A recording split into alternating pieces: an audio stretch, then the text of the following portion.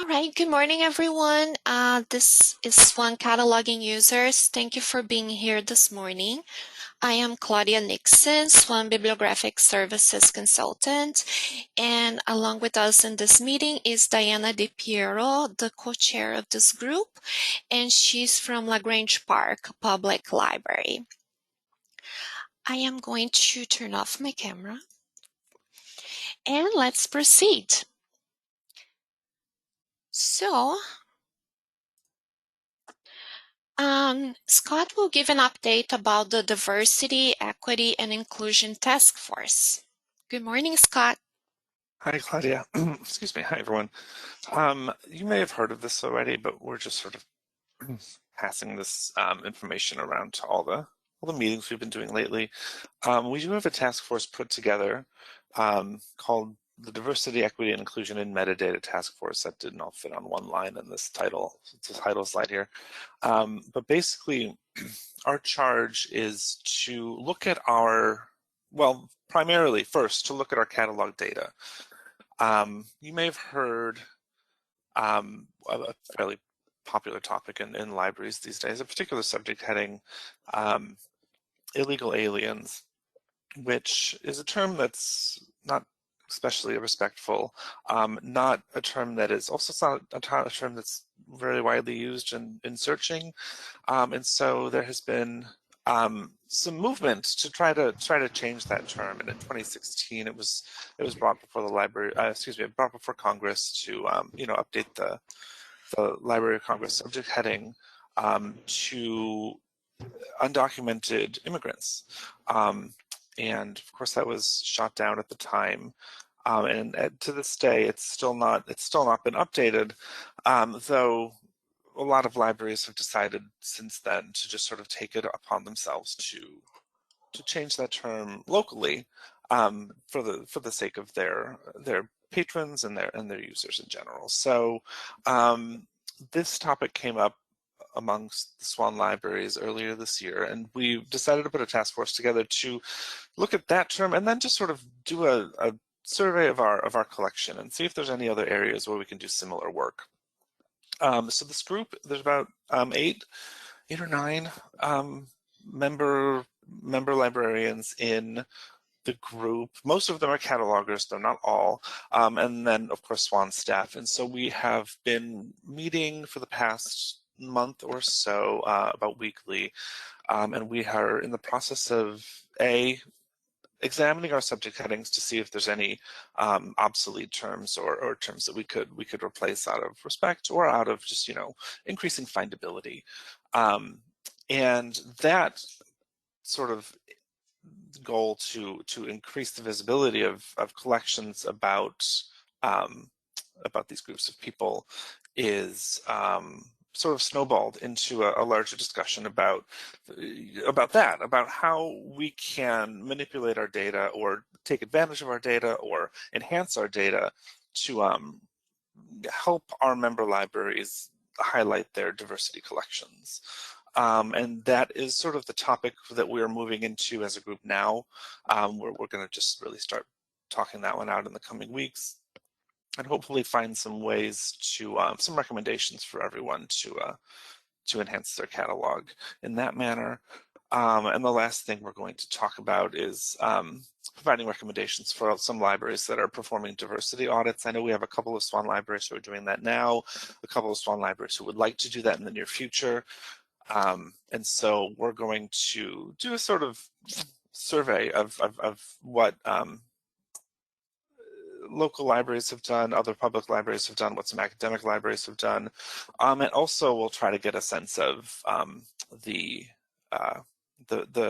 vendor opportunities that are available. I know we have one library working with Ingram at the moment. Ingram is providing a sort of collection analysis product to give sort of a report on where the library collection can be enhanced to support these diverse communities. So yeah, just sort of getting a And Scott, I'm sorry, this is Joy.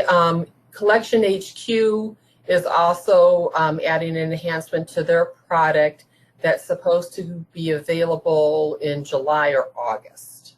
Okay, yeah. So perfect. So yeah, so that's sort of the thing we're going to try to get together, sort of a profile of ideas. And so we don't have a timeline at the moment of when these bibliographic changes will be implemented or when any of this will be out. We're sort of just getting our thoughts together. We want to make sure everything's really ready and really together before we move forward on this. But look over the summer, in the coming weeks and months for more communication about these topics. And that's it. Thank you. If anyone has any questions during the meeting, please unmute yourself and speak up or enter the question into the chat box. All right, so tutorial and training resources. Now, I want to give an update of what's out there that Crystal and I have been working for the last 6 months or so in these self-paced courses. So cataloging filter got used 239 times from January through March. So that's great. Good job to everyone who has been checking out the trainings and webinars and the self-paced courses. There are, for cataloging and circulation, there are 3 under the cataloging umbrella, which encompasses serials as well. So we have creating precats, demystifying serials, and advanced serials. And Crystal created for circulation, circulation basics, patron management, and managing holds. So I will encourage everyone to check those courses out or direct the staff to check them out, or a refresher or something like that. Let me show you how to find those courses. Here, 1 second. Should have had this ready, but there we go. So under meetings and trainings, then it's tutorials and training resources. And then we have, you can filter by cataloging or serials or circulation. So if you filter by cataloging, then we have several webinars. And then the next page, you will find the creating precats, the self-paced course, creating precats. And you know what I forgot to ask at the beginning of this meeting? Would somebody volunteer to take notes? I know we have already started, so I can take care of the notes for the beginning of the meeting. Oh, thank you, Victoria. Victoria from Eisenhower has been taking notes. Thank you so much. Last meeting, I forgot to ask, and Victoria took the notes anyway and sent them to me. So thank you, Victoria. You are the best. All right, so going back to the PowerPoint.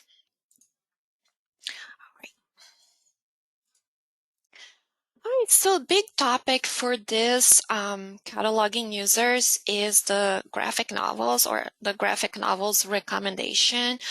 Cataloging advisory met last month, and they came up with some recommendations for cataloging and entering graphic novels in the system. As you know, it can be very confusing and generate duplicate records, and a lack of standardized way of entering these graphic novels records. So the main problem is that title statements and series are constructed, displayed in multiple ways on graphic novels, which leads to cataloging inconsistencies. For example, series title on the cover, story arc, subtitles somewhere on the cover or in the title page, and volume number. For instance, here, the DC Superhero Girls, and then the subtitle or the story arc, Summer Olympus. How would you enter a precat for this? Is DC Superhero Girls part of the title, or should the title be just Summer Olympus? So the cataloging advisory met and discussed some recommendations, and I will give a summary here of what was discussed. And we will create documentation and put it on the support site for this as well. But the rule of thumb for cataloging graphic novels, and entering precats for these items is the items receive individual records per volume in edition or edition. And then I love definitions. So graphic novel, what is a graphic novel? I know you all know this, but it's always nice to put there. Written in comic book style, but presenting a complete story with a beginning, middle, and end.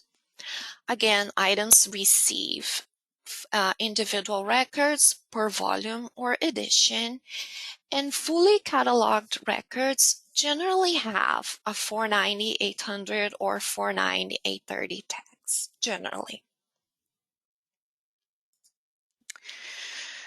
Now, title construction for graphic novels.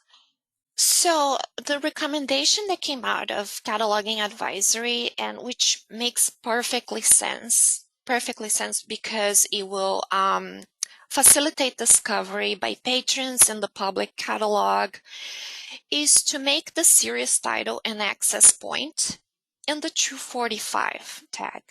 So add series to the 245 tag, title tag. For example, here, Iron Man, the series, and then the volume number, and then the part. And you can always add and should add an alternate title 246 tag with the part, with the title here. And then I even put here a note about punctuation. I know this is very catalog-y, and I know pre-cat libraries, they try their best to follow the punctuation and the recommendations and standards. So I put a little reminder here about the punctuation. Precedes subfield P, following subfield N. So subfield P is following that subfield N, right? So subfield P should be preceded by a comma. Okay. So title construction for graphic novels will follow this formula of series title, then volume information, and then subtitle or story arc or part, whatever this P applies to. Any comments or questions?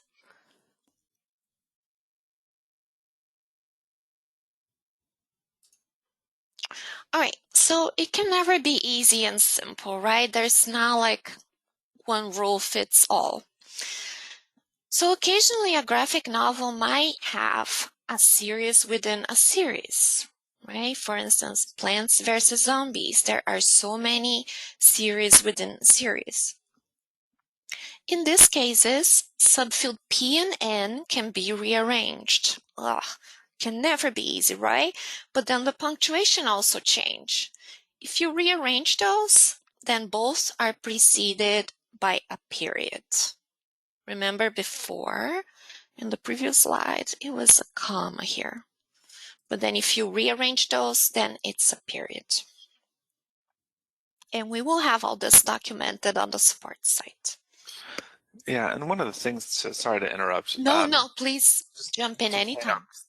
I like this Plants vs. Zombies example a lot because the cover of this is so misleading. I mean, the Timepocalypse title is relegated to the bottom of the cover in a way that makes it look like it might be the title of the volume, you know, Volume 1 Timepocalypse. But it ends up that's not the way that this is actually constructed. There are I don't know, 5 volumes of this Plants vs. Zombies Timepocalypse series, and so just looking at this thing, it's really hard to know what you're supposed to do with it. So just a couple of tips, like when it comes to, I know there's not always time in your day to refer to a publisher website or some sort of, you know, alternate source, but those can, if you're not sure what you're looking at, those can be really, really helpful, because a lot of times, and in this Plants vs. Zombies example, they'll lay it right out for you. Not only what you're holding in your hand, but like what their offerings are, their publications are in general, which can give you sort of just a sense of the in this case, the Plants vs. Zombies ecosystem. The other thing that I would recommend checking is it falls in different places with these graphic novels, but either the title page verso Sometimes it's what's facing the title page, but kind of that fine print where it'll lay out, the copyright date and the title and the volume all in there. That can sort of give you a hint as to what you're dealing with when you have one issue in your hand and you don't know how it fits into the larger whole. So, yeah. I didn't say a specific website to check, Victoria. No, I was just referring in general to publishers' websites. There are a couple of kind of website databases that can be useful. I don't really know them offhand. They are largely crowdsourced I added information. them to the support site. I mean, to the chat box. It's fiction. Fiction database and yeah. fantasticfiction.com. There's a couple that are also dedicated specifically to the comic book world, which sometimes can help. Comic Vine is one of them, I know. But again, the information in them can be suspect at times, depending on who was putting that together. So, yeah, just take all that with a grain of salt. But Okay, there is a question in the chat. Where would we write the title of the book in the 245 field? Like, for instance, here, Kat, the series is here, and then the title of the specific, or this is actually a subtitle or a series within the series. It will be in subfield P here. So that's where you would write the title of the book. Let me show you some examples on the in workflows. Let me just go back here to this slide here. So these graphic novels will also have the series as part of the title. So let me show you how they are in workflows. Let me bring workflows here. Okay, so let's look for the Owly series, for instance. Owly. Okay, so this is how it displays. Let's see. Let's see if this is a full record. Okay, so this is perfect. This is how it displays. So Owly is the series, and then it's number 3, volume 3, right? And the part or the title of that specific book is Flying Lessons. Also, talking about titles and series and stuff here, sometimes you have like precats, vendor records from precats from vendors that vendors sometimes, most of the time, they don't know how to format the 245 for series, or they don't know what authorized heading is for the author. So sometimes we get tickets like saying that the author is not correct, but it's still a precat. It's a vendor record. So it's totally fine to send tickets and we will overlay right away. But just because they're precats and vendor records, they will be eventually taken care of and standardize the series and the authorized headings in the 100. Does this help, Kat, how you enter the title? There is another question. When should that 400, 800 be used? Go ahead, Scott. yeah. Oh, hi. Sorry, Anne-Marie. This is sort of this is a tough question because you do see a lot of these series get a series statement on top of their title. But a lot of time that's going to end up being fairly redundant. And a lot of the time those types of series are not going to be actually established in the authority file. And so they can end up being fairly inconsistent. So the jury's sort of still out on this in terms of like what we are going to officially recommend.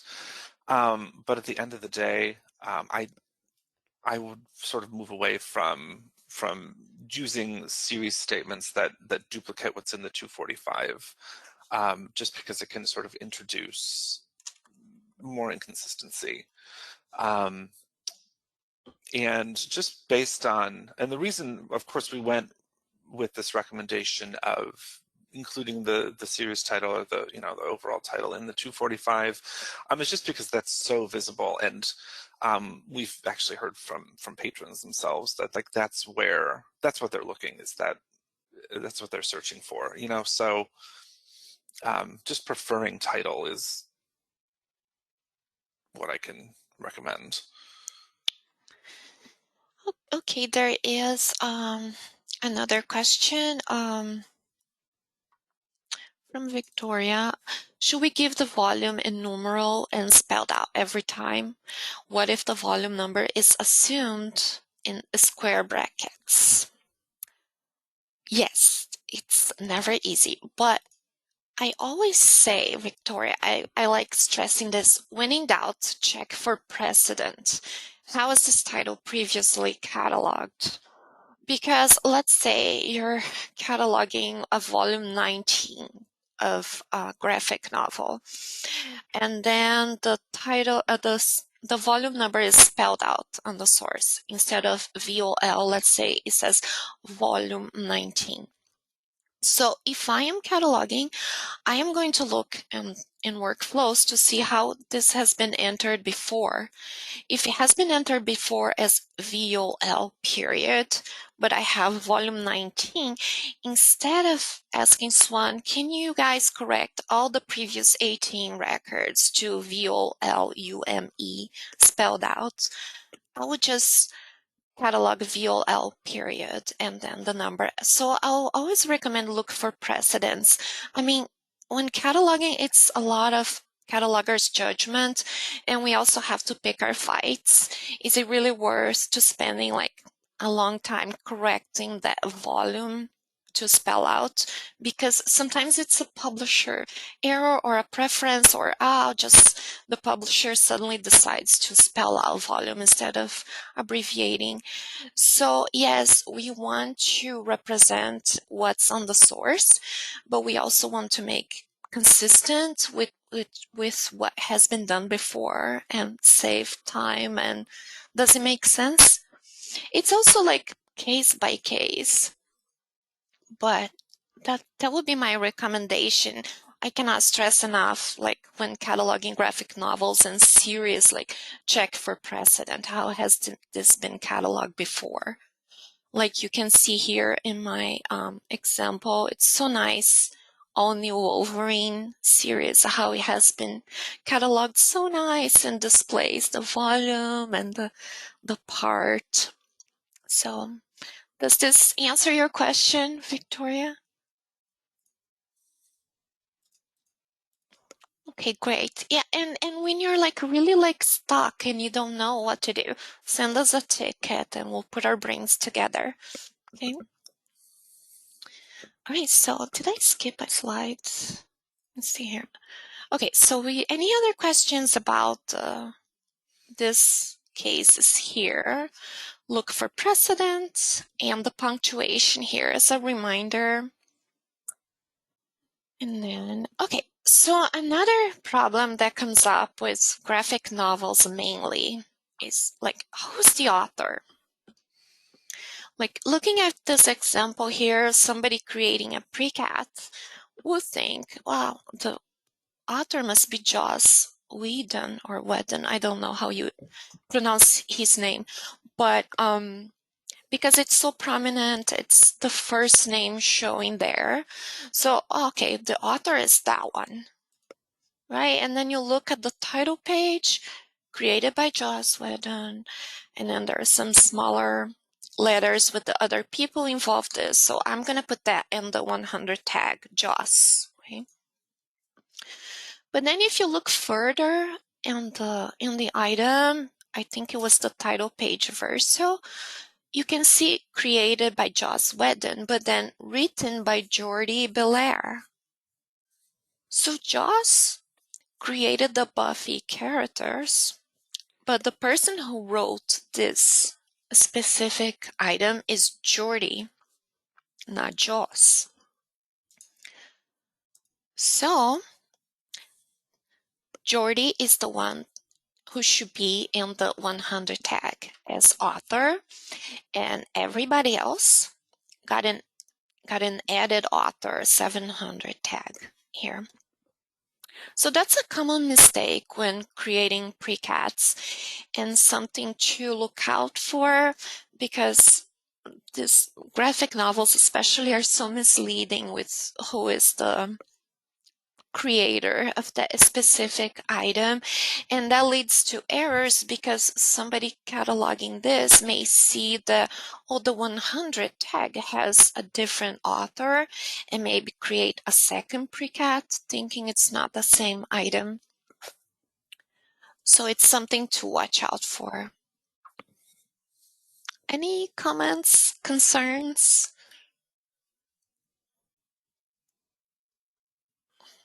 I'll just point out, I'm not sure if it's on your next slide, sort of a similar but distinct issue that we see is graphic novel adaptations of existing works sort of fall into the same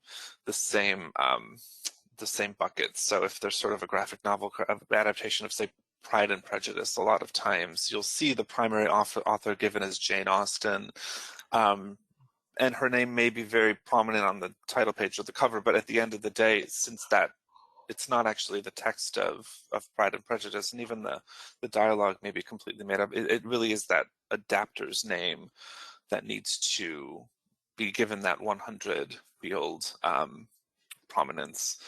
This comes into play, I don't know who here has been looking at the Aspen catalog, but one of the issues we ran into with the Aspen catalog and the libraries who were testing that was graphic novel adaptations being grouped with the original source. So in this exact example, this Pride and Prejudice example, I believe was one of them. It's because that author title pair had matched that it decided that the graphic novel and the book were the same thing, and they belonged in the same kind of catalog record. Whereas then if once that 100 field was changed to the adapter, to the adapter's name, then suddenly Aspen was able to say, okay, these are actually distinct works that need to be kept separate. So yeah, just a thing to bear in mind. Thank you for bringing that up because I forgot to add a slide for that. So I'm glad you mentioned that. All right. And yes, Karen, what you put on your spine labels is of course your absolute business, but it can be tough. We've run into these problems before, where something will be given a precat or a brief record, and then when it comes time to catalog the item, we realize that the author was actually different, or maybe the author's authorized name is spelled differently, and it can create this discrepancy between what's on a spine label and what is the access point on the item. And that can be tough and that can be frustrating. But at the end of the day, the catalogers are kind of beholden to a standard, and we sort of have to approach this in the same way. So yeah, but if ever you're creating labels or putting things on your shelves and you want to defy the cataloging, that is absolutely at your discretion to do. Thank you. Hi, Scott. Mhm.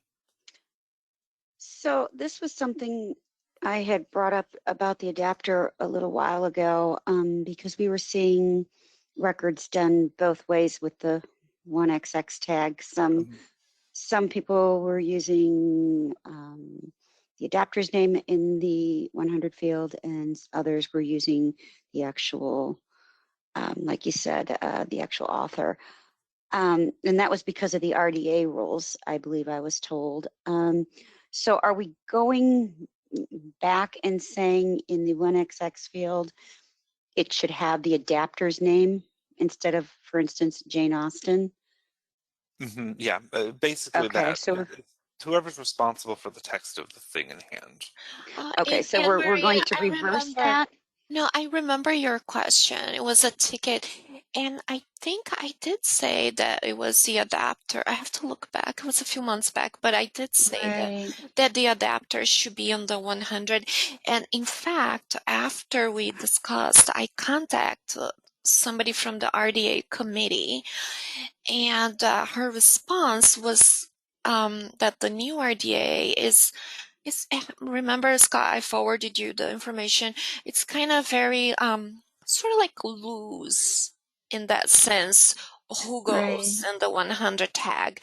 So she made it seem like it could be like a local decision who So will we're go. making the, okay, so we're making the Mhm. local decision to go back to the standard of using the adapter. Yeah, I just want that yes, I to always clarify. thought should be the adapter there, and I'm pretty So sure did that's we, what and then we were seeing it done different yeah. ways, and it's like, oh no. Right, right. I know, and I'm pretty sure that's what I responded to you because in my opinion, it has I'm sure always you been the did. adapter there. But I I'm didn't sure know. you did. I Yes. just want a clarification though. No, and it's always good because it's one of those things like sort of like a gray line that you're always on the fence. So who goes on the 100? So yeah, Thank you. we'll be able to get a copy of the PowerPoint. Yes, I will post it to the support site. And Diana cataloger here, and I've always seen the adapter in the 100 field. Yes, thank you. Yeah, me too. So sometimes you find not the adapter there. So when you bring the records from OCLC, you can change that and flip the whoever is on the 100, put in a 700, and put the adapter in the 100. Cataloging libraries can do that. Or if you have questions, send us a ticket. But yeah, thank you for bringing the adapter case, Scott. Mhm. And the last thing, I'm sorry to dwell on this before we No, get away from it. please If you want dwell. to go back one slide, Okay, this is something that happens fairly often. go back. Oh, this is good. Fairly often, but not as often as the things we've been talking about. Just in terms of this title, Buffy the Vampire Slayer, Volume 4, Frenemies, great. Very, more or less straightforward. But then we have this little phrase, Ring of Fire, on the cover and on the title page. And like, what is this? Where does this belong? And in this case, what Ring of Fire is a story arc. And it's just sort of another concept that you got to keep in mind when you're approaching graphic novels, like one more wrench in the gears, right? So, ooh, I lost my visual, No, but there. oh, you're good. Basically, Ring of Fire is not part of the title of this volume, and shouldn't Sorry. be. It's okay. Shouldn't be represented in the 245. If you were to use that, I think a local note excuse me, not a local note, just a note field would be a good idea for that. The other inclination you may have is to put that in some sort of series statement. I don't know that that would be especially appropriate as well. These things are sort of this bizarre concept that doesn't really fit well into sort of our RDA mark world. So it's something to keep in mind. That this particular example, Ring of Fire, it actually is a story arc that spans multiple titles, which is its own kind of can of worms. So if you're seeing, again, this is one of those situations where you may just want to look online and see what Boom Studios has on their website, or what you can find on one of those kind of third-party resources, to just really know what you're looking at. What's especially weird is that Ring of Fire is so much more prominent than the title of the volume in this case, which again can be just very misleading. I was looking how it is cataloged, and I don't see Ring of Fire anywhere on the record here.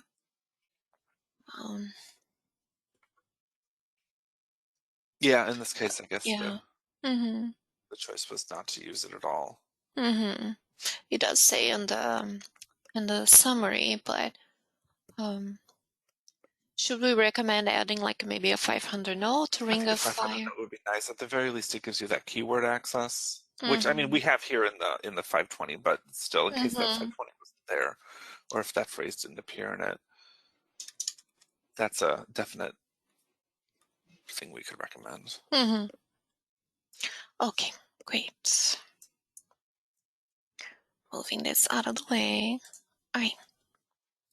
Okay, sorry, I'm done. That's it. Okay, no, that's fine. That was great. Thank you. This is the moment where we would have a break, but do you guys need a break or you're okay to continue? Because we're halfway, I think we can continue, right? Yes. Okay. Okay, so, okay, great. Continue. Yes. So there are also the manga items, right? Those are more like straightforward, I think. They refer to the Japanese comics that read right to left. They were originally published in magazines like Shonen Jump and Shoyo Beat. And I put some examples there. Akira, Pokemon, Naruto, Dragon Ball, and all the examples I tried to find in workflows, they all had the series and the 245, and some of them had only the series and the number. I mean, some of them don't have the story arc or a part.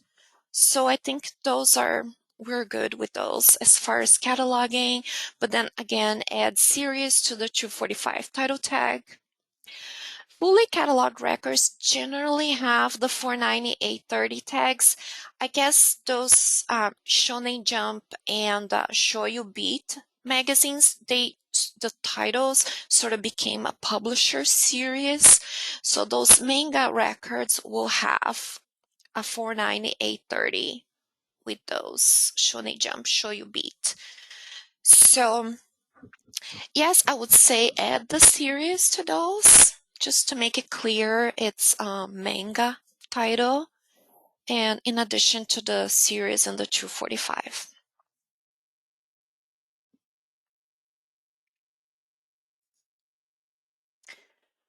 Alright, so if nobody has any other questions about graphic novels, we can move on to BingeBox's pre-cats.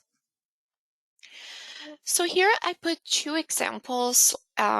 If this was an in-house created BingeBox by Alsip Library, and if it had been purchased from Midwest Tape, what would be the difference when creating pre-cats for this?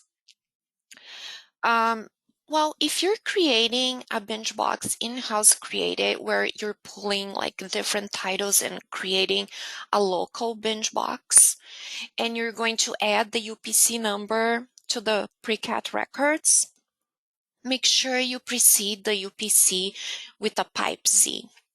Okay, and we also strongly recommend adding a 245 with your library 3-letter initials the way Alsip did here.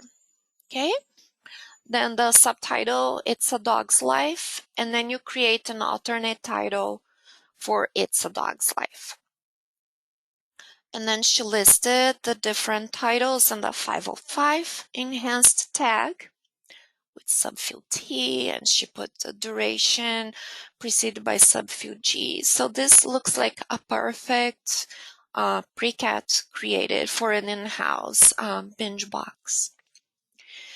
Now, if you're creating a pre-cat for a BingeBox that you purchased from Midwest Tape, of course, then the UPC wouldn't have that pipe Z in front. You don't want to add that pipe Z because this record will be shared among all libraries, right?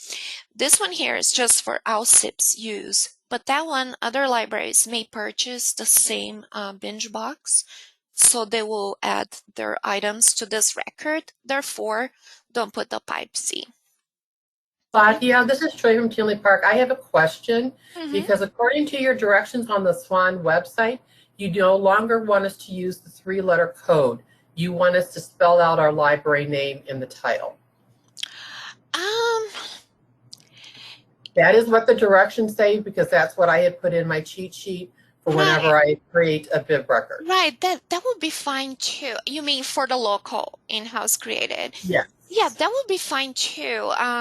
I mean, I'll Because send. I would prefer to have done TPS, but I followed your rules Mhm. because it stated that you wanted the library name spelled out because the codes don't mean anything to the patrons. Let's look at my rules because of then I have to. Yes, then I'll talk to Kathleen. I'll sip. Kathleen is in the call. Sorry, Kathleen. All right, so let's see here. Cataloging. Let's look for binge boxes. Yeah, I love that you guys call me out on what I put in the documentation there because it's helpful for me too to constantly look at those and improve. It has created. Yes, I can see that. I put yes, I spelled out in my example here, create public library. So I think you are correct, Joy. We should, instead of putting just AMS, I'll sip to put sip Marionette. Public library, binge box. Kathleen, you're on the call. I'm sorry. Okay. But thank you. Yeah, that's good call, Joy. Thanks for bringing that up. Okay, Kathleen's saying she has no mic, but she's fine with that. Thank you. Yeah, every time you guys notice something in the documentation that, let's say, I put like step by step on how to do something, but then you're actually going to do and it does not quite work that way, please just let me know because you're at the other end of the stick. So I'm doing things here with my Swan login and then I create the documents and instructions. And sometimes in your end, it does not work quite well. So no, I always appreciate when you ask me to change or upgrade documentation or put a different example. It's always helpful because once I put the documentation there, I won't look at it again unless somebody calls me up on it and say, hey, this is not how it works, or can you clarify this? I leave it there and I assume everything is good and I keep. Yeah, because the other thing too, Claudia, is that the main title in your directions says it should be binge box, and then in subfield B, what the title of the box is. Okay. And then the 246 has the library name and binge box and what it is supposed to be. Here you can see the support site there, right? Okay, so I have the library and then the subtitle in the 246 or the binge box title. And oh, I see what you mean. I have binge box here in the one purchased from Midwest. Let me see what I put on the PowerPoint. Oh no, I put binge box here. I think she's referring to the Create example above, and if you go back. Let me bring the documentation. Okay. Yeah, we might, and the one above, we might want to swap those, the 245 and 246 there. Oh, I see what you mean. Yeah, that might just be an error. I think we need to fix. I think this is an error in the example here. Yeah. Yeah, we'll check that out after this. Make a note, and we'll go over that later. Okay. Okay, well, yeah, because I'd like to know because I just created 50 bib records based on those directions. And all the titles are binge box and the subtitle, and then the added entry title is the library and then the binge box name. Okay, yeah, well, if it needs to be corrected, I can correct that for you, but let me pull one of yours here just to see. But again, like those are in-house created for your use. So it's like not like anyone else will be using your record. But you're right, we should be consistent with that. And yeah, thanks for bringing this up. It's always something with the binge boxes records, but yeah, no, sounds good. Anything else? Okay, so let's look at the chat.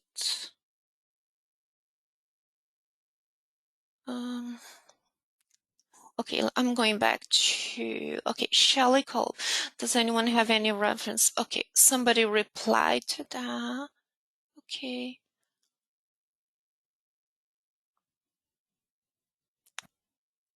Okay, Victoria asks, can we still have an alternate title with the code for libraries use? In case you spell out the 245, let's say Eisenhower binge box, yes, you can have an alternate title, ESS binge box, Victoria. And then Katie has a question. So 245 is now library name binge box title. Yes. So let's bring that. So the 245 should be, for instance, here, forget about this top line here. It should be create public library at 245, for example, and then the Haunting collection. Yeah, no, that's fine, Katie. Yeah, sorry about that. Ugh.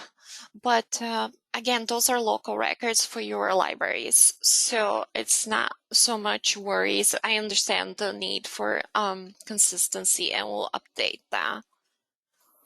Right. Any other questions about the binge boxes? This is Amy from Woodridge. When you have the library spelled out, should you have binge box after that before the title? Let me look at that again. I never thought I would bring up this so many times. Create public library. Yes. Binge So box. it should be the library name binge box, subcolon, be the title. Right. Okay. Claudia, if you want to switch over to workflows, if you can search Tinley Park Public Library, binge box.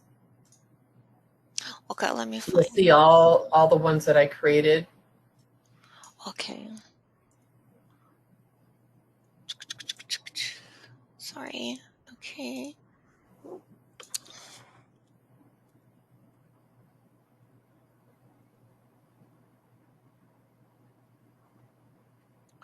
Okay, let's look at Alvin and the Chipmunks. I think this looks fine, Joy. Even though it says binge box here instead of Tinley Park Public Library binge box and the 245. I mean, I wouldn't go back and change 50 records because of that. I mean, it's your local record, and I just, like I said before, like, let's pick our battles here. I will change the documentation, but I think the way you've done, it's fine to me. What do you think, Scott?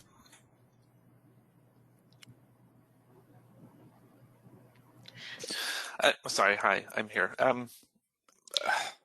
At the end of the day, I mean, it is a good record. I think, though, it might be best to, when it is a local binge box, to have that 245, the library visible in the 245 title. It's just so as that's the thing that's being presented to the public. But again, you don't have to go back into this. I mean, I can go back and just add there are 37. It's not that many. But it's like, just be aware that it's like, if this is fine, that's what I'm going to continue to do, so that all of mine are the same. And like I said, with the way that the directions were written, that's how I interpret it. Hi, this is Anne Maria Glenellen. I just feel as though we should try to be consistent between our local binge boxes versus something that we purchased from Midwest. It's just like our Steam kits and our gizmos. I went back and I changed all the 245s to Glen Ellen Public Library, and then of course the name of the gizmo or the Steam kit. And the reason, and I tend to get from some other people who are working like the desk and so forth, well, why do we have to do it this way when other libraries aren't doing it this way? We would rather have it done the way so-and-so does it. And I'm like, well, I'm trying to follow Okay. the cataloging rules that were given to me. And so that's, I think that's where the consistencies are really needed, so that you know, we can explain to staff or members that this is a local record versus a record that can be used by everyone. That's very well said, and that's a very good point. Yes. So, And then also, sorry, also you going back to the setting precedents with the graphic novels, I think it's setting precedents with this also, because a lot of times I will go, if somebody asks me a question, I'll say, well, see what Tinley Park is doing, or see what Downers Grove is doing. yeah, no, it And makes sense. Yeah. And also too, for our patrons, is like ours, we can interlibrary loan them. So it's like, I think someone would be confused. It's like, I'm used to searching binge box. Why aren't any of yours appearing? Because you don't have the main title is binge box. Whereas everything from Midwest Tape is binge box, but none of the local library, you know, created ones appear in the binge box list. Yeah. Yeah. Okay. Those are all good points. Yeah. Yeah, I'm hearing like two sides to this now, because you're right. If you're interlibrary loaning this thing, then sometimes, you know, that may be sort of misleading. But on the other hand, we do want to be clear about when a record is local. I don't know what to say. If I'm being perfectly honest, I can't make a Because decision I right believe now. we will actually be purchasing 1 or 2 Midwest Tape binge boxes, and it's like, I'm going to want to be consistent, you know, because otherwise I'm going to get pushed back, you know, from, you know, the reference staff. It's like, well, when I search this way, I get 37, and well, 38 through 40, where are they? Because they're doing, you know, a scan title, not keyword. Yeah, I'm not sure what to say. My inclination is that we may have overprescribed this, though. Like, before we even got into this conversation, just looking at the support site, like, we have this specific example of a you know, this binge box, the library created binge box, like, laid out. Why that and not everything else that we have local records for, STEM kits and other kits and all of that stuff? Like, what made us do it for the binge box? And was it that Midwest Tape conversation for that specific thing that we did need to, you know, really prescribe because those were inconsistent? Is that why we sort of moved into laying this out? And I was under the impression, Scott, that regardless of whether it's a binge box, a Steam kit, a gizmo, a play pack, if it was meant just for your library and you put it together, you were to follow these local practices by putting, for instance, the library's name in the 245 field, have the format as a MARChive. And that's what I did. I went back and changed all of our records for our play packs, our gizmos, our Steam kits, our Braille books. Not our Braille books, because other people can purchase those, but anything that we put together in-house now is a MARChive record, is formatted as a MARChive, and it has Glen Ellen Public Library ... Right. So they're all standard. across the board. So if, for instance, our reference librarians want to see our special collections, whether it be a STEAM kit or a play pack or a binge box, they can type in Glen Ellen Public Library binge box or Glen Ellen Public Library STEAM kit, and all of ours show up. Right. That's what I was under the impression, and that's why I went back and changed them all. Yeah, and that's kind of what that's exactly what I'm sort of getting at, is that we do have that sort of general purpose mark online standard or way. And why is this then, why do we have this separate binge box kind of thing that sits outside of that, which is, in the example on the support site, not consistent with the way that it's done, that these mark online records are done in general. And so now that we're hearing this, and now we're having this conversation, my inclination is to just answer it by pulling that binge box part altogether, with the exception, of course, of the published ones from Midwest Tape. I think it's confusing to have two different standards for basically the same concept. Right. But yes, Right. Just, for an in-house created, you have to put the library name first, but the one from Midwest Tape, you don't. Well, because the one from Midwest Tape is a shared record. it has a UPC. But if so someone is searching by titles, they're not necessarily going to find everything, because one has the library name as the main title, whereas the one from Midwest Tape does not. Right. Would then that same concept apply to things across the board, to the kits and everything else? Like, is that a particular problem in the binge box realm, where it isn't a problem for STEM kits? We don't have STEM kits, so I have no opinion.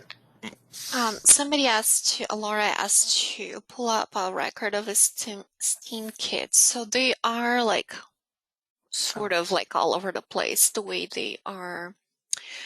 So we should discuss this further and come up with guidelines. All local records should have the library name in front of the 245, right? Are you asking? Yes, Me? I mean, I'm asking the group. We should come up with, sorry, I'm thinking here, we should come up with guidelines on the support site that all local records should have. Like, for instance, here, it should be Brookfield Public Library stop motion kit in the 245.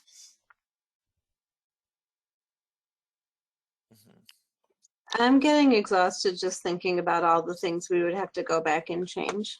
Well, yes. Like, I mean, if we're gonna do something like that, I want to be super clear about it, especially before we break out some of our other kits Yes. that are all just on one record. Right. Like in our kids' room, we have a bunch of resource kits that are just only differentiated by call number at the moment, and we're going to be looking at putting them on individual records, and I do not want to have to do it more than once. So I agree. whatever we're doing, let's please figure it out soon. I know, I got exhausted just thinking about all this too. But yes, no. Anyone else? Janet added something there, and Katie Yeager said, I feel like that is unnecessary. I like it in the 246. Most people are only going to search binge box and not add the library name in there. Good point. Can't you add an alternate title of just binge box and the title? Yeah, that's what Joy did, I think, with hers. She has binge box and then the Tinley Park as an alternate Right, title. they should be reversed, as a 245 should be the Tinley Park and a 246 should be the binge box. And that would solve the problem of the difference between Midwest tape and a created record in-house. Yes, but what Katie's saying is that she feels like it's unnecessary because most people are only going to search BingeBox and not add the library name in the search. Janet said, we will have the same issue. Pen-worthy kits are shared records. Some are unique by library. Yes. Kathleen said most of our library things start, library of things items start with our 3-digit code instead of spelling out also marionette. That's a lot of typing to spell that out, right, Kathleen? And then Katie, I don't think any of our patrons are going to search Bloomingdale Public Library BingeBox. And for that matter, neither will our reference staff. Right. Okay. So we obviously need to go back to the drawing board on this. Jim added, most patrons would probably not look up these items in the catalog. They browse these types of collections. The people using the catalog for something like this are more likely to be staff. I tend to agree with that too. So like Scott said, we have to go back to the drawing board. Bring this to advisory, Scott, next month. For sure. Come up with some firm guidelines. And okay.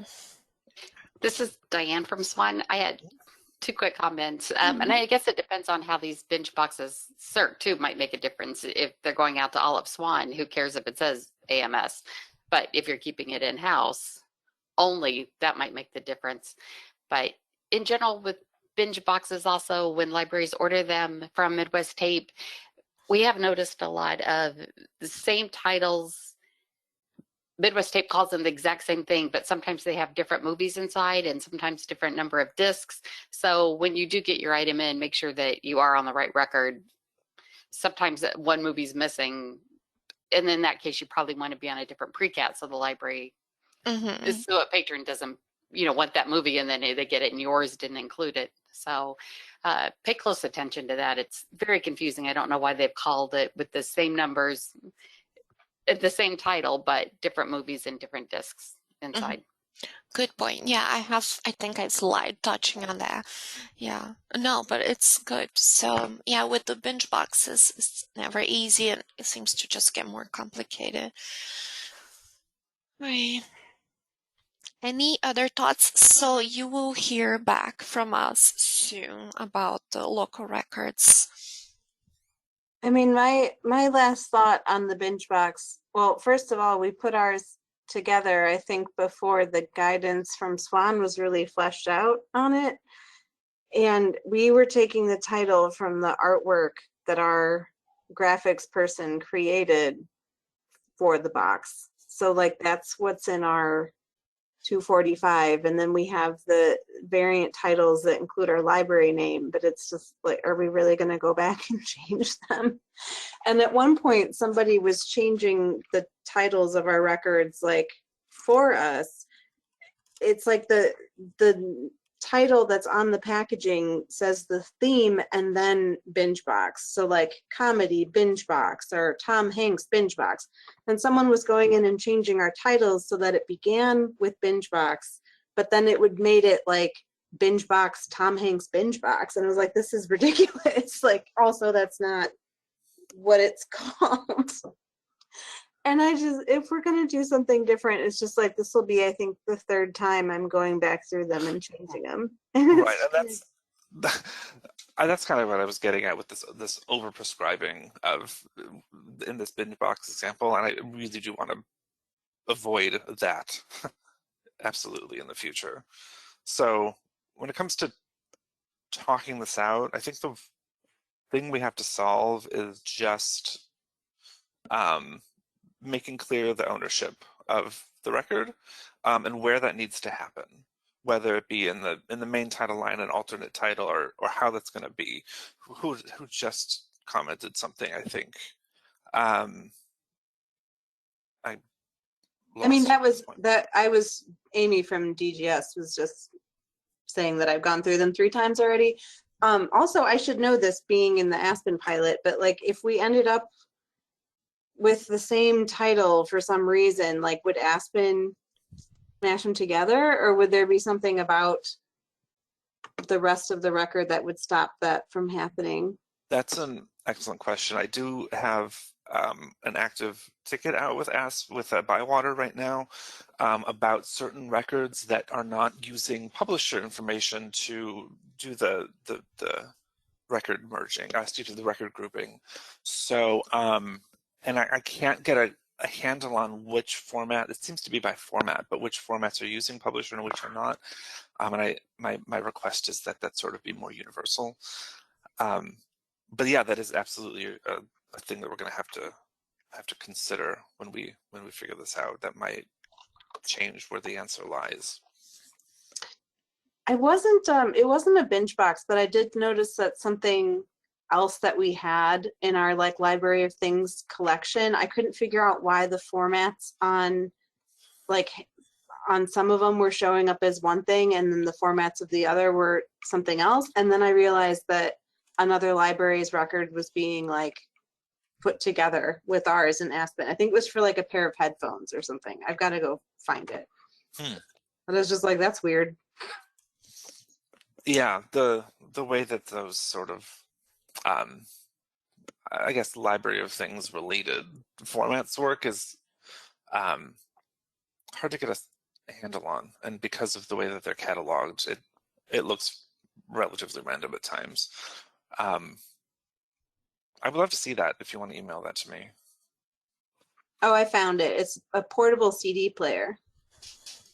Oh. I'll send it to you. Yeah, thanks.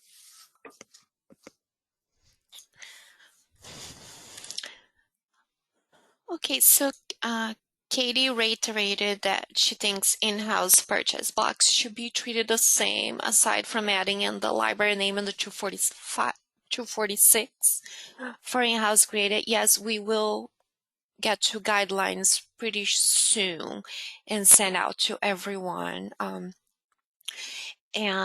Yes, Anne-Marie wants a decision. Either way will be greatly appreciated. It is, yes, we know it's time consuming to go back and change all your local records. So we will get to an agreement soon. And we have some tools at our disposal that maybe will take the burden off of you to have to change anything. Good.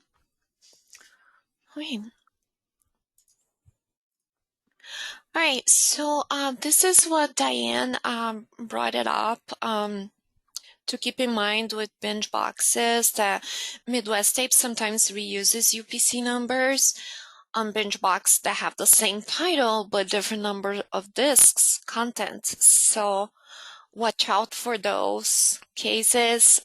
Actually check the content of the precat and your item to make sure if you need to create a different precat.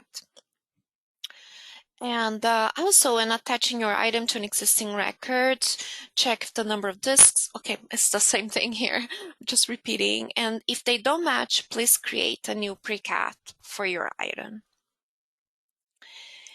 And this is what we see sometimes that we don't want to see. DVD box sets must circulate with a single barcode. Do not add Z to call numbers. All items circulate as one. And do not add the extended information note that does not match the 300 tag. For example, here it was a record for 14 discs, but then one library added check for 12 discs. So this library's item should not be in this record. Okay, so just watch out for what's in the 300 tag. And does anyone want to add anything? Bib Services, Diane, you deal with DVDs a lot. Please feel free to jump in if you want to add anything. No, I can't think of anything extra at the moment. And I'm sorry for bringing that up earlier. I did know you had it in your slide. No, don't be sorry. That was great. No, it's good. Please, and anyone can jump in at any time. All right. So like another thing with the CD and audiobook, sometimes we get questions. How about those stand-up comedies? Are they CD or audiobook? So for being performances, they should be cataloged as CDs. They are searched by patrons in the CD area, not in the audiobook area, and use 590 CD for these items. You know those stand-up skit comedies? So, all right. Oh, we got a question. Like, let's say it is the same record, but they choose to circulate 12 only. I don't understand your question, because if the record is for 14 discs, how would you choose to circulate only 12 discs?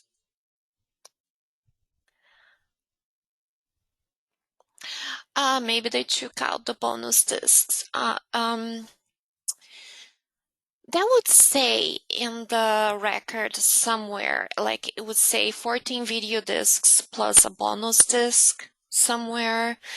And if there is really like, if the item has bonus discs, then we would probably contact the other libraries to check what they have. Do you have 14? Do you have 12? Are 2 bonus discs? So that would be a case by case decision. But the rule of thumb is, if it's 14 discs that it says in the 300, your item should have 14 discs, not 12. And if something was taken out because it's like one is like a special features or bonus or whatever, then we would look at this record case by case. Yeah, there are always going to be situations where, I don't know, maybe something got lost or broken, but the thing is still relatively complete and able to be circulated. So yeah, I mean, nobody is actually going and comparing your circ nodes to your 300 nodes, you know, as an auditing measure.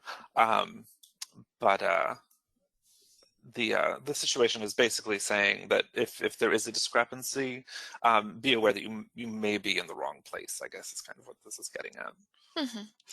Danny added to the chat that, yes, Catalog Advisory talked about one specific title that had same content but different number of discs.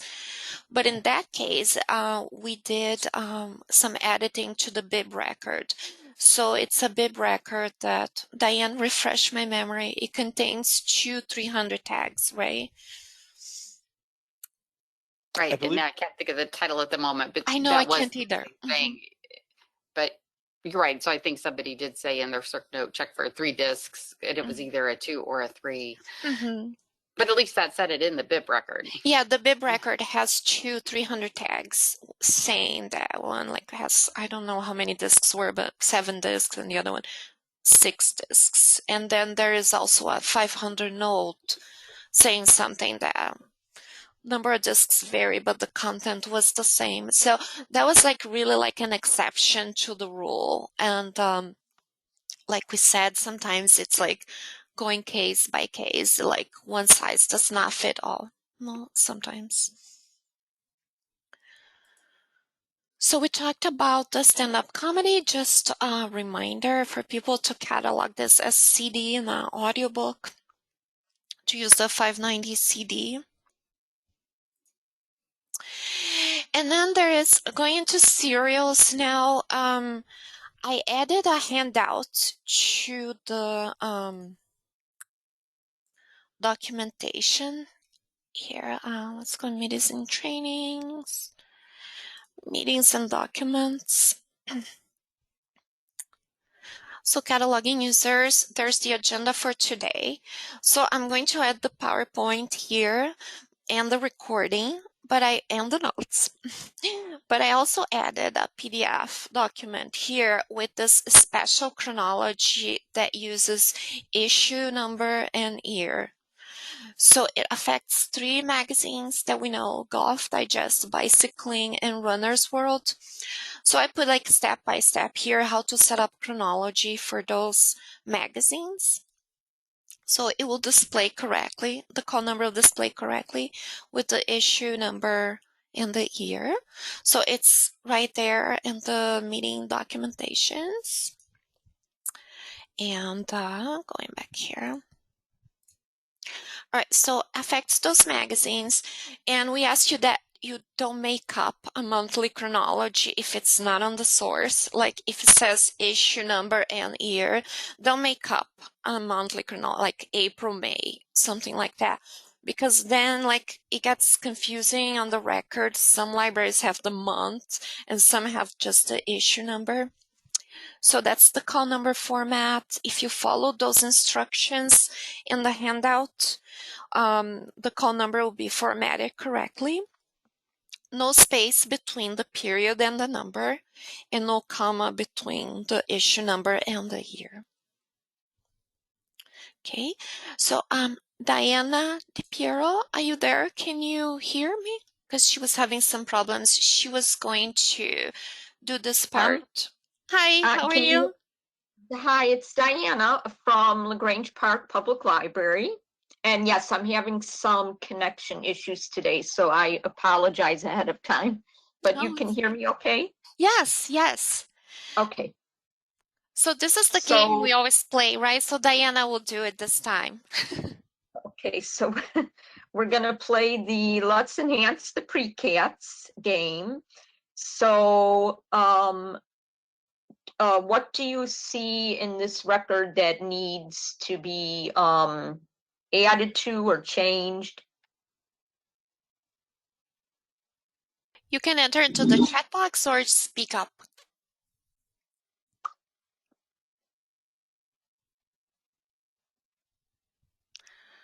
(946) date 590.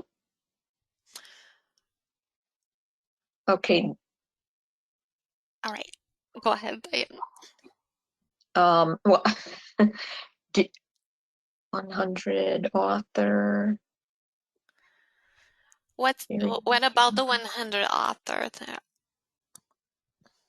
100 field needs period. Date format is incorrect in 946. Okay, so how do you want to show the how do you want to Yes, I'll show. Let me just say one thing. Kat, she put the author should be Aronovich Ben with the subfield E, the relator. Yes. For precats, we don't require the subfield E. So this is for precats only. I mean, if you put the subfield E there, it's fine. But we have like certain tags and fields that we require for precats, and the relator term is not one that we require. But good catch. Okay, so Kat said 590.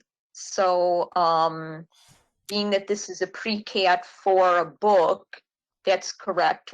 There wouldn't be you wouldn't need to add the 590 if it's a book.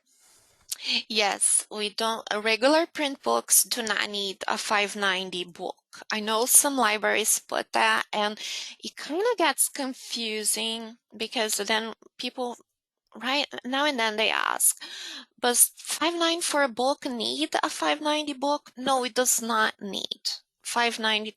Regular print books do not need a 590. Okay, so let's see the results. I hope I didn't forget anything.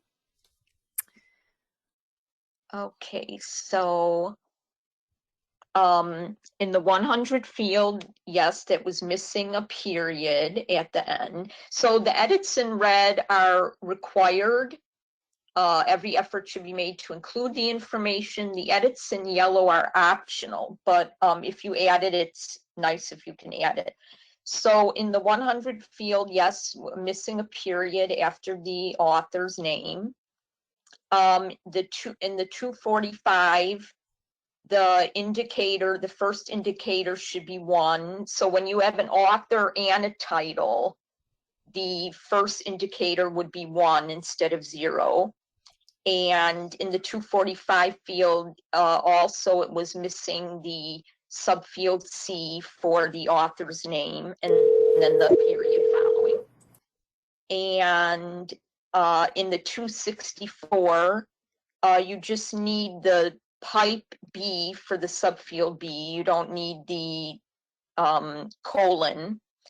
And then the comma before the subfield C for the publication date with the period at the end. And then in the 300 field, we spelled out pages instead of just a P. Can And I yes. correct myself one thing here? I told you I was going to change this and I didn't. But I meant to put the period in yellow yellow? here. Yes. And the 21 centimeters here, I meant to put in red. Like every effort should be made to enter the dimensions, the correct dimensions, because I hear from libraries, oh, it's good to know for shelving purposes and stuff. So Okay. before I upload the PowerPoint, I'll put this one in red and I'll put that final periods in yellow. Yes, I remember Claudia when we had the meeting. We talked about that. Yeah, last period week, at and the I end- forgot to correct that. Shame Correct, on me. yes. Yeah. So, Mhm. and then the date, and then in the 946, the date should be the year and then the month and the day. Mhm. Was that everything? Yeah, because it's possible to run reports based off of the 946 tag. So if you ever want to see like by how many items you entered a precat for, but it has to be something consistent. So if the date and the month and the day, the year, the month, and the day are formatted like that, it's easier to run the report. Yeah, I don't know why I left that one Claudia, out. this is Joy from Tinley Park. I have questions Mm-hmm. about this because it's been a while since I've actually had to enter precats. Mm-hmm. And for some of this, it's like I'm wondering why. Because like you were going to put the period in the 100 as optional. It doesn't affect searching, so why is punctuation needed? Well, the 100 tag it has a period at the end. So Okay, but this is a precat. If this was a hallmark record, I would have no problems with it, but this is I know, a I precat. understand, Joy, but if I'm giving a precat course, I have to tell them the 100 tag has a period at the end. If they forget to put that on the precat, I'm not going to email anyone saying, you forgot to put a period there. But I have to say, like, yes, Victoria, thank you, good habits. So I have to say that, and the 100 tag has a period at the end. The 264 tag has a period at the end. I say if I have to do the precat training in person, so if I have something in the paper, I'm going to put the period there. I know at the end of the day, it doesn't impact searching, but we do have to follow some cataloging rules. Now, Claudia, Katie had a question that for consistency, can SWAN just update the policy and say no 590 for a book instead of saying both ways are correct? Do we still say that in the support side? Because there was a discussion a while back that it's not technically wrong. It doesn't impact anything. It just gets confusing when you look in workflows. Mm-hmm. That was the thing. Let's see what it says there. Yeah, it does say book or blank. And that was something I actually argued with Scott a while back because I wanted to say 590, no book. Just leave it blank. So yeah, Scott, you hearing? I think he might have stepped out, but it does say, okay, oh, this one here is talking about, okay, in case like this, use the 5.9. Oh, okay. No, this one here, in case like this, use the 5.9 corresponding to the primary element here. Okay, so it should be blank for book. It's talking about this specific example that it's a book plus a CD-ROM. But then here in the quick reference, it does say book, standard type book materials, no 590 is required. So it does say that in the documentation. Let me see, going down here. Okay. Yeah, book, blank. Book and blank. Mm-hmm. Yeah. Yeah, so yeah, Katie, so I knew we had gotten into a heated argument about this, and I remember removing the Hi. 590 book. Hi, remember Scott when Sorry. we I we stepped argued? away and I feel like I came into something. Are you referring to Katie's question there? Yes, Yeah. yeah, it does not say anymore that you can use 590 book, but it does say here when The it's 590 for book, the reason that that's sort of retained and the functionality that is retained is because workflows templating is a little bit strange. And so there are or there were at least, I haven't actually spoken to anybody in a while who's doing this, but using some libraries using the 590 book for precats. using templates. Mhm. And having the 590 book prevents a 590 from being automatically inserted when you're using the duplicate title wizard with a template to and so that was the reasoning that a couple of libraries just they wanted to insert that book in there so it didn't give you that format with the two asterisks on either side of it. And so that's kind of the reasoning for it. When we get better templating with well, if Blue Cloud cataloging is ever up to snuff in terms of a product we can comfortably release, that may be something we can take out. But that is the reasoning for it. It was a fairly small reason, but that is why. Yeah, but if you're not using templates, you're just hand keying precats. Don't enter 590 book. Right. It just gets confused when people search in workflows and then in that format column, some have book and some don't. All right. But I have another. I knew that had been removed from there. I knew that. So that's good. Oh, okay. Go ahead, Joy. I have another question with the 245 with the subfield C. When did that become required? Because we've been doing precats for a long time, and that is not something that we do.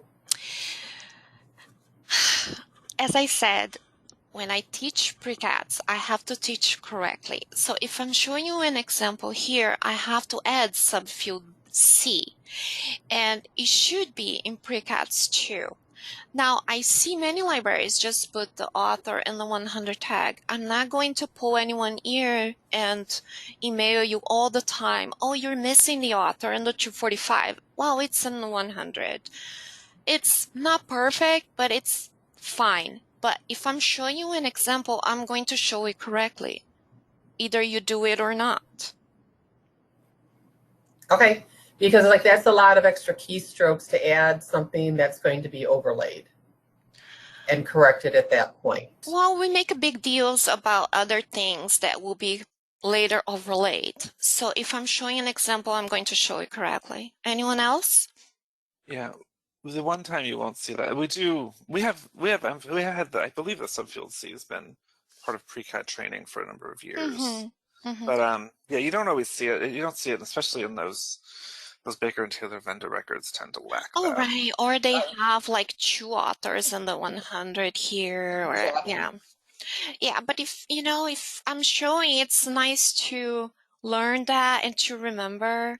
And if you keep the name here, you can just copy the last name, type in Ben, and then paste Aronovich.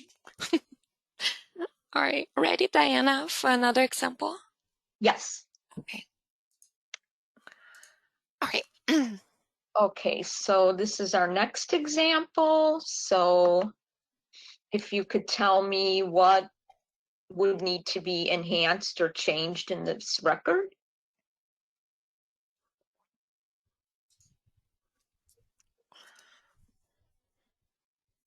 Okay, so Victoria said you in the 100 field, and that would be correct.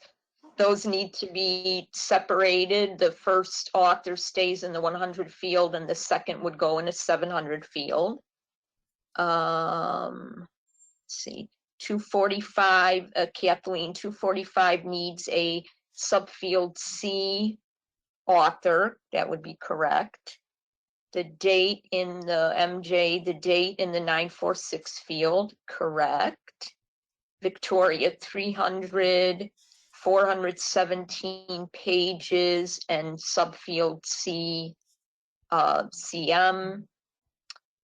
Kathleen 264, no publisher. Sometimes they Victoria don't know the River, publisher. That's the thing. Sometimes Correct. they're not sure. Yeah. Mm-hmm. Victoria again, remove 590 since that is a book. 590 blank, remove 590. Okay, And don't leave the default format. correct. I really hope Victoria, I really hope the title is / not just the punctuation. It is. It is the title / I Victoria found it by again, accident. and Victoria again, the indicators in the 24510. Mhm. And Marie said 946 should be SWSCN. Oh, and the date. Yes, correct. All right, so let's see here. Pretty good.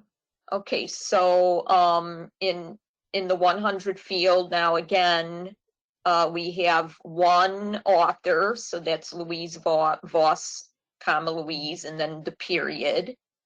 The 245, we were missing the first indicator, the indicators, so first indicator 1 and then 0, and also the subfield C, which would be include both authors. The 264, we were missing the subfield, the pipe in the C for subfield C, and then the period after the date. The 300 field, we were missing pages, and then it's not, or no, you said that you were putting the centimeters in red, right? Yeah, every effort should be made, but and now I remember my thoughts behind leaving the dimensions in yellow instead of red. It's like really the first 417 page that's very important, but Right. yeah, but I mean, if I'm typing a precat, I will put as much information as possible.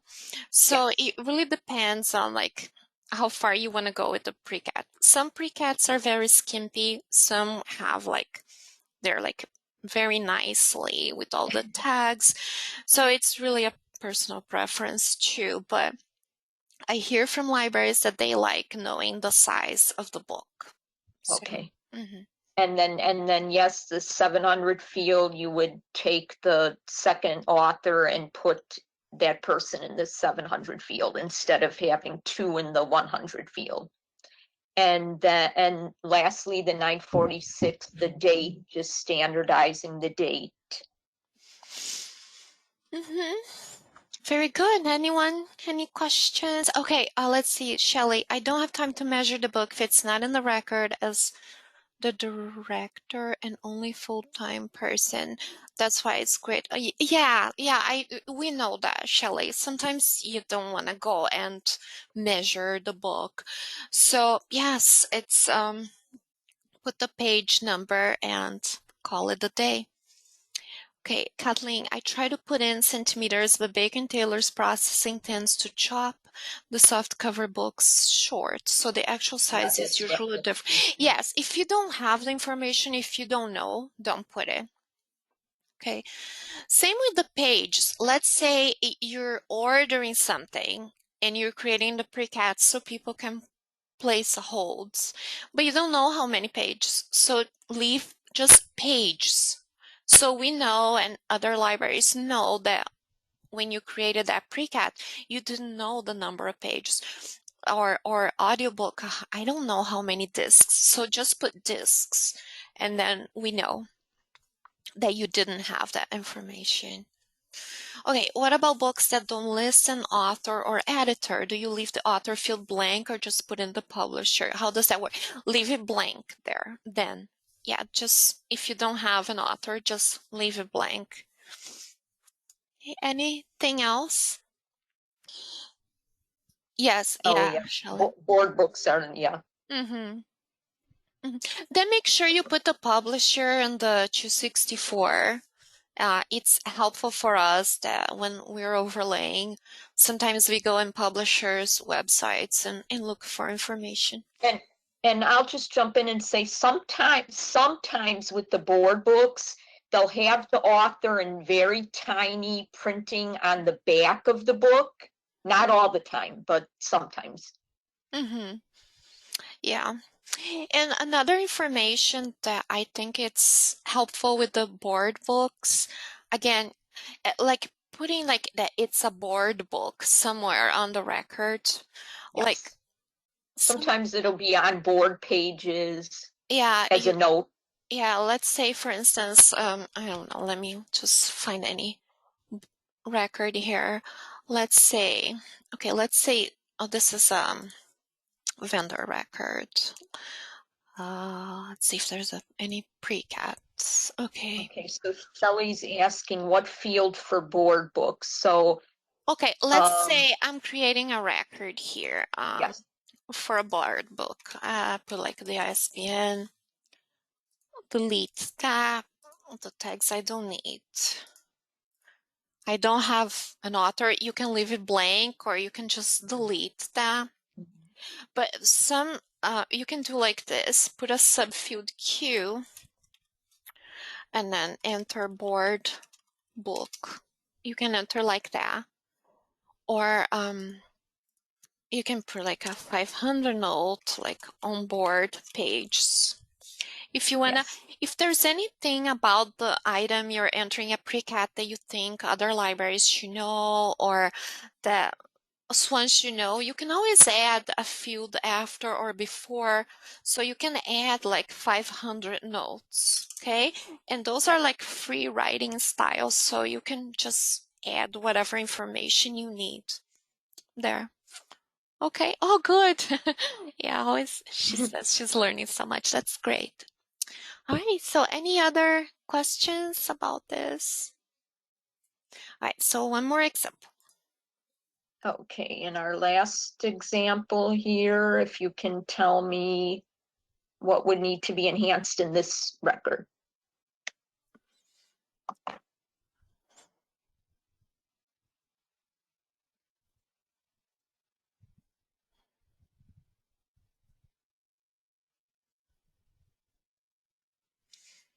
Nobody?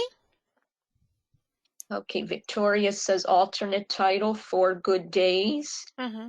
That's good, Victoria. I think I didn't put that as an enhancement, but good call. I would do that. I would do what Victoria's saying. 264. See, I don't enter precats. 264 second indicator, Victoria also said. Victoria, that's because you know it has a second indicator one that's nice and you can add it, but we don't require cataloging libraries to remember that 264 has an indicator. So the 264 can stay like this. Nora said Mila Kunis should be in 700, which that's correct. Lori says no ISBN, but the DVD might not have an ISBN. That's where we would take a UPC number. Yeah, or that publisher number. Correct. The 028 is the publisher number, and we can search by that number in OCLC.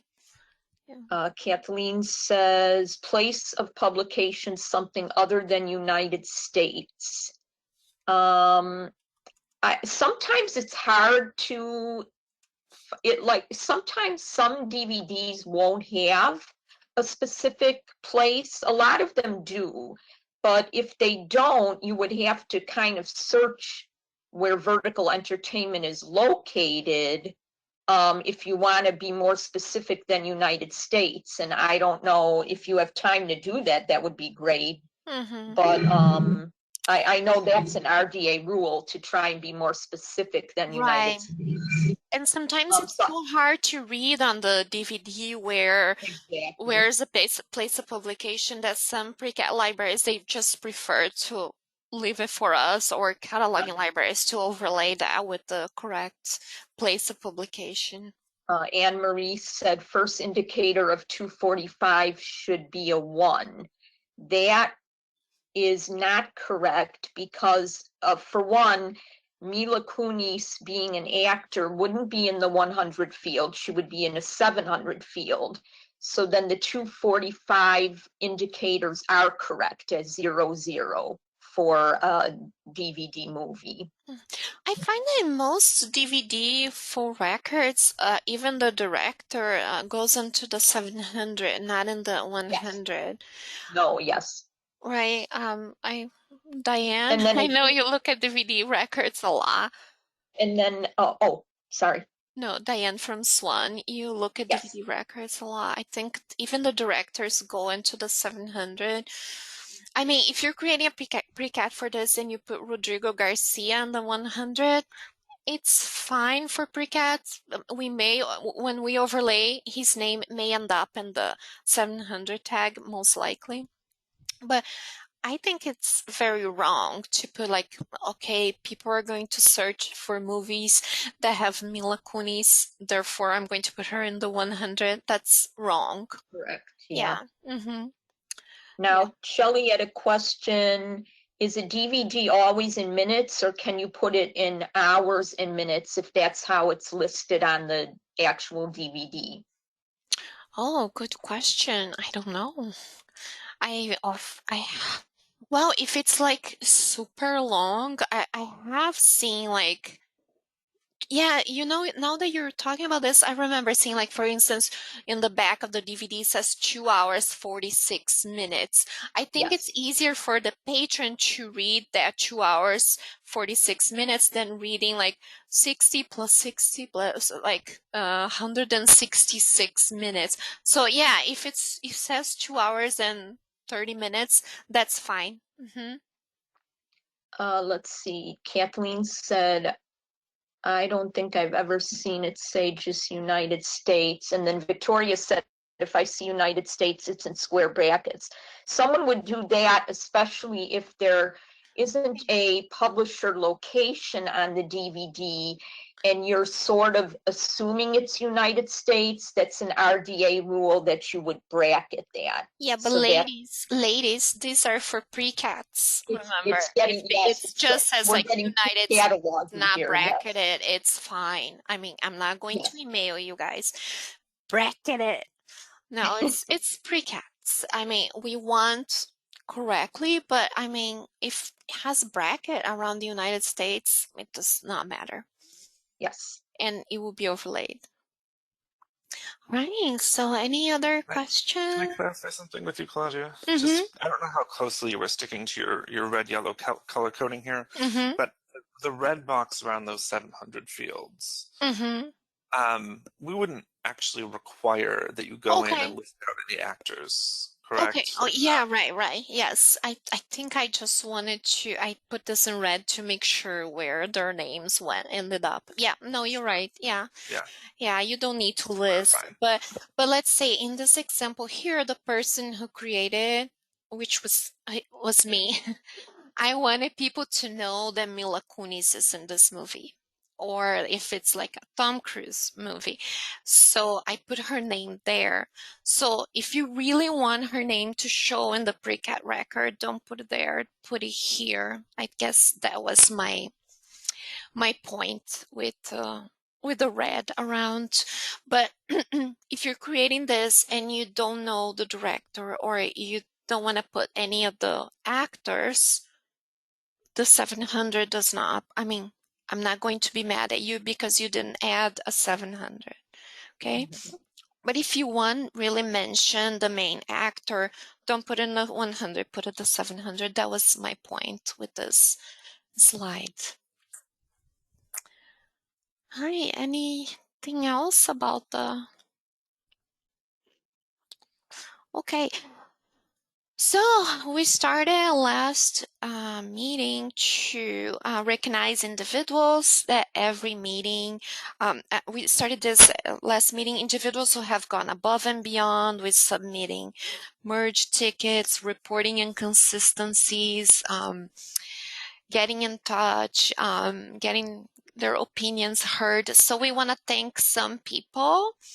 And this time, of course, we're thanking Diana DiPiero, not just because she's big help as cataloging users, co-chair, but she's always sending things to our attention.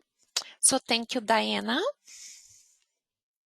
And we're thanking Danny Irway from Messenger Public Library for all your help, and Mary Jane Frank from Franklin Park, and I think she works at Villa Park too, so I put both of her libraries there.